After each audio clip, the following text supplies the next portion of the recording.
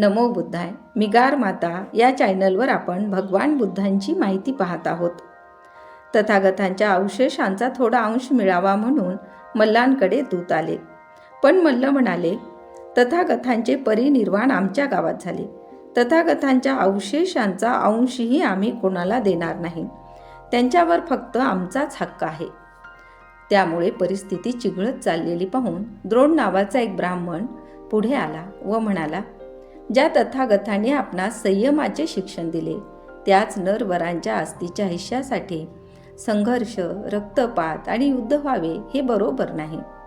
सर्वांनी मित्रत्वाने, एकमताने व दिलजमाईने आस्तीचे सारखे 8 हिस्से करावे आणि प्रत्येक राज्यात त्यावर स्तूप उभारावेत, जेणेकरून त्या ठिकाणी त्यांची पूजा जनतेला करता येईल. त्यानंतर तथागतांच्या अवशेषांचे सारखे 8 हिस्से करण्यात आले.